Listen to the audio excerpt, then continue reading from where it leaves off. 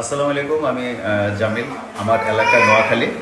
আমার অ্যাকচুয়াল বাড়ি হচ্ছে হাসানহাট। হাসানহাট স্কুলে প্রায় আমার বাড়ির পাশে স্কুলে প্রায় 800 লোক, ওখানে বাচ্চা, বয়স্ক, মহিলা সবাই মিলে। তো এই 800 লোকের জন্য আমি আসলে আমার উদ্যোগে খাবারের ব্যবস্থা করছিলাম। গতকাল রাতে আমরা 800 লোকের জন্য খিচুড়ি দিয়েছিলাম, আজকে দুপুরেও 800 লোকের জন্য খাবার রান্না হয়েছে, এটা চলে যাবে। এরপরেও আমার 6 বস্তা চাল আর ডাল, হিউজ পরিমাণ পানি, তারপরে শুকনো খাবার কিছু আমরা শুকনো খাবার আনছিলাম, বাচ্চাদের জন্য দুধের প্যাকেট, কিছু ট্যাবলেট, এগুলো অনেক খাবার অনেকগুলো আনছিলাম। আনার পরে সেটা এখানে আছে।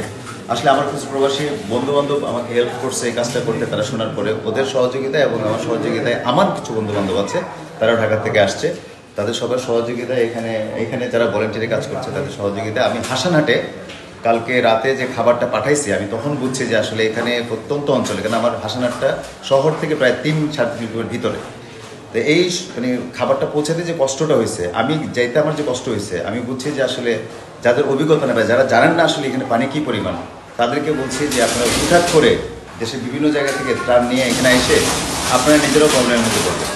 সবচেয়ে ভালো হয় এখানে যারা ত্রাণ দিচ্ছে তাদের সাথে যোগাযোগ করে যদি আপনারা আসতে পারেন, অথবা যারা ঢাকায় অভিজ্ঞতা আছে, যারা ত্রাণ নিচ্ছে, যারা জানে যে কীভাবে দিতে হয়, তাদের সাথে যোগাযোগ করে আপনার ত্রাণ টাকা যেটাই হোক না কেন ওদেরকে দিলে প্রপার লোকগুলো পাবে। কারণ নোয়াখালীর প্রত্যন্ত অঞ্চলে এখনও অনেক লোক বাকি যাদের কাছে কোনো ধরনের ত্রাণ যায়নি বা যাওয়াটাও মানে কষ্টকর হয়ে যাচ্ছে।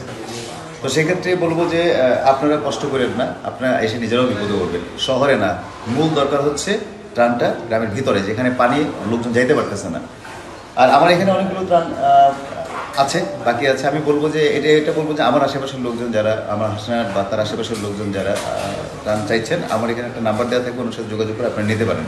আমি চাই আসলে প্রত্যেকের জায়গা থেকে যদি কাজটা করেন, তাহলে সহযোগিতা করেন, তাহলে এই মানুষগুলোর উপকার হবে। আমি আমার জায়গা থেকে চেষ্টা করছি, আপনি আপনার জায়গা থেকে চেষ্টা করেন। Thank you.